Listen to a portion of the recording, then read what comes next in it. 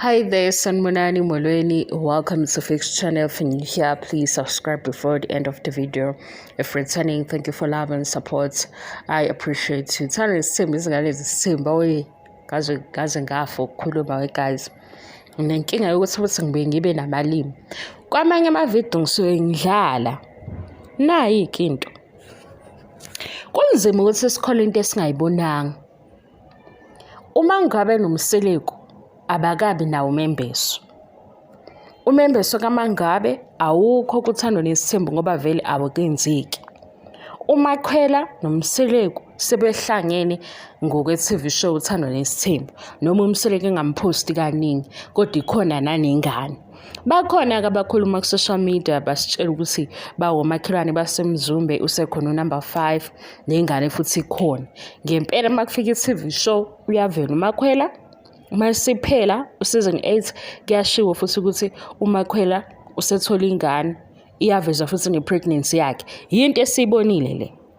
uMacele noMayeni babe nawo umshado lo wesintu bobabili. Yinto ekhona la kusano nesithembu ngicabanga ukuthi season 2 mangabona season 3. uMakhumalo waba nomembeso. Umembeso lo esubonile aMakhumalo sabona futhi baMseleke yakhona, sabona nengane ezimphelezela, sabona uMangabe khona unkosikazi yosupport uMakhumalo. Kuvelile lokho. uAbo kumantombazana kaMseleke uyena waba nomhlonyana, waba khona umhlonyana. Mase kufika izingane zesithembu, uMpumelelo uye endaweni eyodwa la kuthiwa khona ufike washiya inkomo noma ngabe zingaki, noma ngabe ufike washiya imbuzi. Yinto eyenzekile le. Lena-ke sixoxa ku-social media ngoba ixoxa akulula ukuthi siyibambe sithi siyiqinise siyenze kube izwakale ibe yiqiniso sibe singayibonanga. Enye into futhi siyibuza yona, if kukhulunywe kangaka ngempela uTrel ukhona wasupport uMpumelelo kwizinto eziningi ezi-wrong nezi-right, why bengakubonanga kuyinto enkulu ukuthi akushuthweke mase beye kubo bekuveze? Anginayo-ke nami impendulo yalokho. Ukuvika nje ukukhuluma, yabo, bevika ukukhuluma because bakubonile ukukhuluma, and ukukhuluma abekukhulunywa vele bekuyizinto abantu abebeyibuza ngoba kuyimbuzo abayibuzayo ukuthi hawu ezumndeni-ke omngaka mase kuba nezimo ezinjena nilungisa kanjani.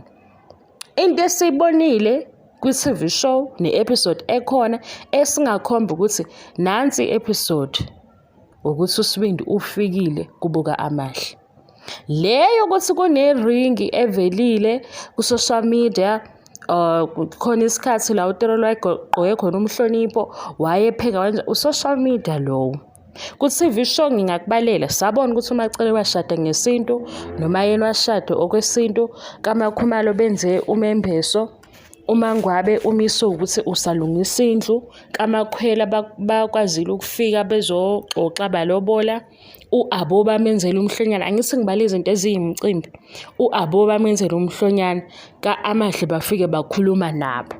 Nakuba-ke kuMakhwela nakuba Amahle benza nje ilobolo ngendlela esingayazi kodwa phela imizi ayifani kodwa into evelile. Nansi-ke futhi enye into, uma sekuqala kuthiwa baya-etha kune-script, asazi ukuthi sizokhetha yiphi ingxenye sithi lena ilena esi-etho, lena ilena eyiqiniso. Ngoba manje uma kuzovele kuthiwe nje ku-season 3 i-script lesi sisibonayo, why-ke sizobhiliva ukuthi le episode ofuna siyikholwe ukuthi yona ayisiyi-script, lena akuyo, lena i-script. Uyabona akuhambisani? Yikho kushayisana imibono, yikho-ke siyikhuluma into esiyikhulumayo. Kodwa masikhuluma nge-TV show, umembeso kaMangabe awukho kuthando nesithembu ngoba awakaveli. Neloboleke elenzekile alikho leni esifuna ukuthi sithi kwenziwe sibe singakubonanga. Asikubonanga. Yazi enye into engiyicabangayo nje guys, uyabona into yaSibindi nobaba uMseleko siyifanise ne-show yaSiyacela, siyifanise futhi noMacG le chaos. Ngibona ukuthi mhlawumbe sebefike lawo okutheni abanandaba ne-repetition kaSibindi. Ngobani? ama-brands angeke efuna ukuyi-associate noSibindi. Angikhulumi ngokuba negative, ngikhuluma ngokwendlela kwebhizinisi, ngoba ibhizinisi ukusondeza umuntu othile besebenze naye kuya ngokuthi lowo muntu une-influence ethini, or uwumuntu mhlampe oziphatha kanjani, lento ye-brand alignment.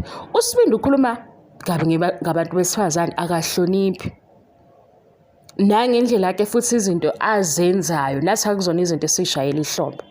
Kodwa manje into esimsebenzela ukuthi kule TV show yakudala ukukhuluma ngokwenza le chaos ayenzayo, ushintsha amantombazane. So if i-TV show uyakwazi ukuletha iy'namba, uyakwazi ukuletha idrama, bazostika kulokho, ngoba mhlawumbe kuzoba nzima ukuthi kube khona i-brand ethi asithathe uSibindi or uMpumelelo bembeke eduze besebenzisane naye, because ukuthatha uMpumelelo bemfake la bamfaka khona ba-attract-a lobu negative obuhambisana nokuthi uMpumelelo wenza ukuthi, because angeke aze ayithole i-break ebengenzi kahle. I-break azoyithola ukuthi kungasakhulunywa izinto ezimbi ngaye ingoba yena eshintsha. Ne-TV show iqhubeka ngokwenza i-chaos around uSibindi, njengoba kwenzeka kuSiyacela. uSiyacela, uMoja Love ubafuna ngoba benothando, ubafuna ngoba bezoqhubeka bebangumsindo, becasula abantu, kube nama-views amaningi, bethatha imali.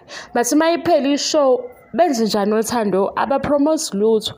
uSiyacela uyaphela ushow ngesinye isikhathi wathi ucela umsebenzi. Nangu uMacG, example number 3.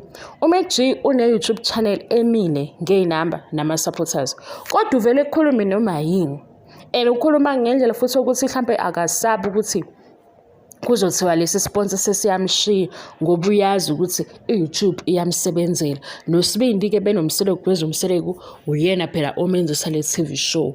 Washo futhi ukuthi usededela uSibindi, uyena oyimentor yakhe. Bayabona ukuthi ngokwe-TV iy'namba uSibindi uyayiletha, ngulobu enza le chaos ayenzayo ngoba iyakhulumisa into ayenzayo. Bathi-ke ukukhula kwakhe, i-growth yakhe izofika nini, i-reputation yakhe ilungiseka nini, ngoba nakho nje lokhu ukuthi uhambe wayolobola kwenye indawo ebesethandane nenye ingane isikhathi eside, yona leyo nto yabo. Kodwa shuthi-ke uma ukuthi baqhuba indaba yomsindo, shuthi ngoba bazi ukuthi uSibindi solobo sembeke phambili. Even manje sekukhulunywa kusuggest ukuthi akwenziwe isithembu sikaSibindi, okusho ukuthi abantu basayimisela ngokubuka uSibindi edala i-chaos or enza idrama ngoba izigaxa zivela naye. Kodwa-ke lokwenza kwakhe izigaxa yena-ke yedwa kumkhulisa kuphi? Shuthi ukhula ngokwe-TV show kuphela. Uyayibona indaba? Yingakho-ke ngithi lapha emantombazaneni asibakhuze ukuthi ku-social media bona benzani-ke after show, ngoba phela manje le drama siyayibona ku-TV show, futhi ayikho into ezokwenza sibe ngathi sibashayela ihlombe kakhulu because sibadala kunaba ngithi. Sithi-ke hawu-ke veza ukuthi wenze njani ku-social media, wenze njani, sebenzani khona ku-social media. Lona kubo bazolobu bemile nge-chaos ngoba bakhuphukisa yena uzothola imali eningi ngoba vele ishow eyakhe kahle kahle le show. And le show kuyeyakhe, okusho ukuthi akenze lokhu okudayisayo. Udayisa ini? Udayisa le chaos engekho right. Kodwa le chaos akakwazi ukuthi ngapha mase kuvela ama-brands ehambe yosebenza nabo, ngoba ama-brands awayi-associate nento abanga-align nayo. Ama-brands anemigomo nemibandela yokusebenza. Uma ukhumbula nje khona omunye upresenter oyimale owasebenza kahle loya bhuti enomsebenzi omuhle, ngifuna ukumeshena igama lakhe. Kwavela ukuthi useyaganga e-expose unkosikazi wakhe. Emva kwalokho amlaxaza ama-brands ayisebenzisa naye ngoba ayengayifuni le drama, ayengayifuni lento esiyenzeka. uSibindi-ke shuthi bama ngokuthi ngoba ama-viewers ofuthano nesithembu awela ngapha kwizingane zesithembu, izoqhubeka imali ibe khona. Okwakhe-ke ezukukhula kwenzeka nini? Yingakho ngibuye ngiyibuza ukuthi hayibo, kunga-approve into ekanje ivele ku-TV siyayibuka-ke. Umbuzo-ke engeke ngiyibuze wona ukuthi thina-ke ithini? Yewe guys, ithini into yethu? Ngoba phela into masingayisaphothi asishiye futhi le ndaba, asivale la. Into ebengiyikhuluma ileya ukuthi into esiyibonile asikwazi ukuthi esingayibonanga asikwazi ukuthi ikhona ibingabanga khona ku-TV. Sixolise-ke kozwelayo nokubona ezumona akusiwona kodwa umona akuvelanga. Njengoba umembeso kaMangwabe sisawulindile mawuthi uyoshuthwa. Mhla kwashuthwa umembeso kaMangwabe wavela sobe sesiwubonile. Nakuba-ke kula kuma-TikTok koma-search bar naku-internet kuyaye kushiwo kuthiwe nawo umshado kaMangwabe asikwazi lokho. Abantu abayibhalela ngoba befisa ukubona, uyabo. Kodwa nje ukuthi uMangwabe seke kwavela kubo kwenza umembeso akakafiki. Mase kufike ne-TV show sobe sikhuluma ngento esiyibonile.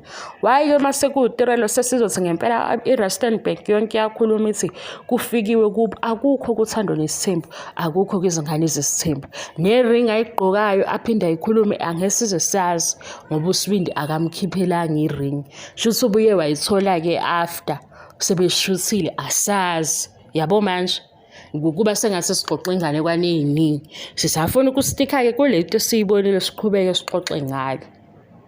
Ukukhuluma kwami-ke kakhulu-ke wegazi ngoba sengiba namalimi wema, yazi ngaze ngagowa empilweni.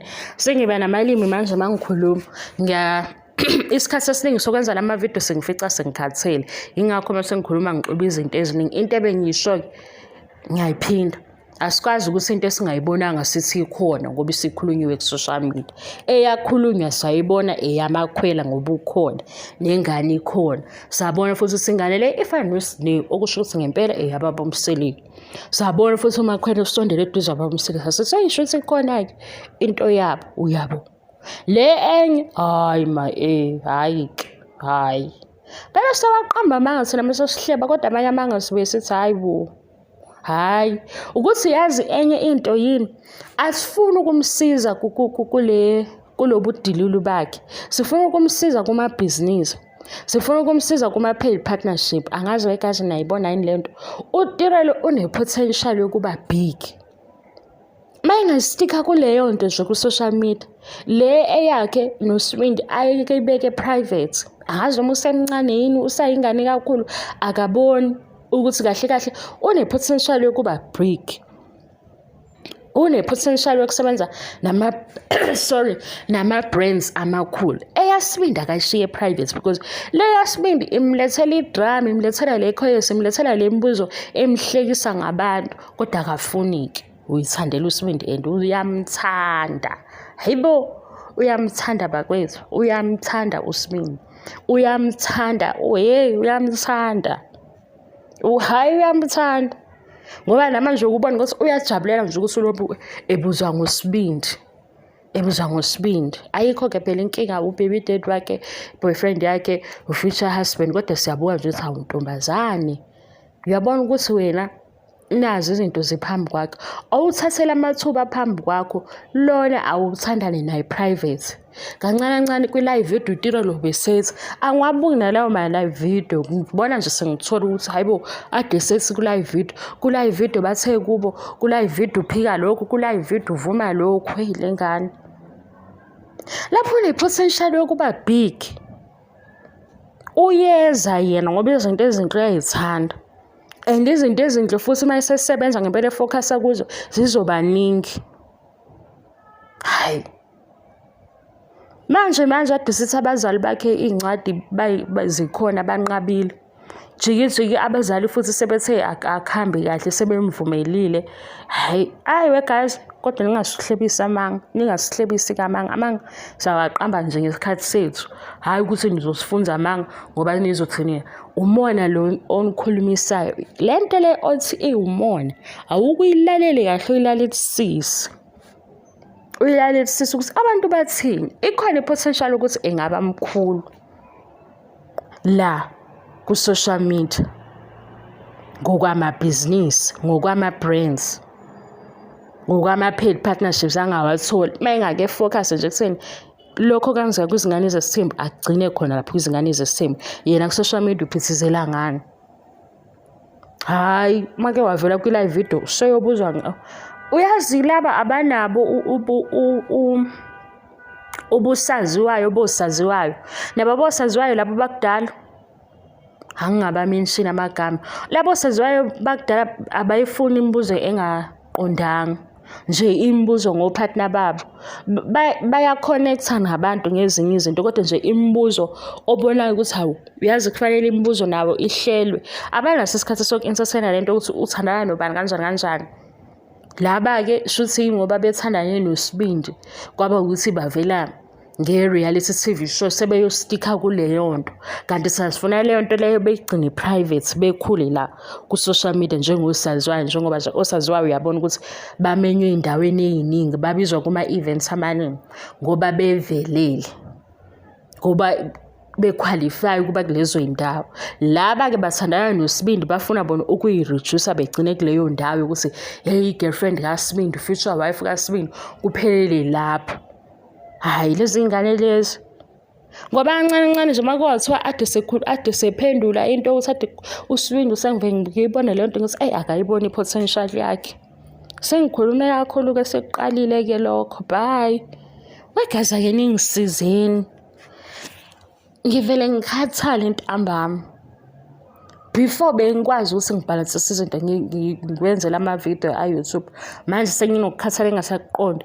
Emva kwalokho uma sengikhuluma sengivele ngikhuluma udu. Into engingafuni ukuyiphuza ila amaphilisi lawo okuthiwa awe-stress nani nani.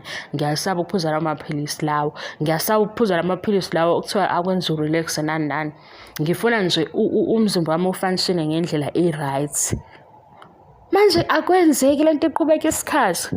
Angazi noma ngime kancane ku-YouTube because angisazi phela manje. Uma ngeke ngakhuluma sengiyokhuluma isikhathi eside. Kanti nami ngiyathanda futhi ngoba ngiqhuba lento yami yama-reviews kodwa ngiyabona ukuthi umzimba wami phela ukhathele. Futhi umzimba wami ukhathele angifuni ukusheshe ngilale yabona. Mangalalanga futhi angifuni ukuphuza lamaphilisi lawo okuthiwa akwenza nje uvele uyipholela. Hayi ngiyasaba. Yebo. Ngibhekene naleyo nto leyo ngiyagowa. Also-ke ngi-affectwa izinto ezenzeka la eSouth Africa ezimbi. Yo Nkosi lelizwe. Ngifuna ukuzikhipha la emqondweni kodwa ngiyakhathazeka.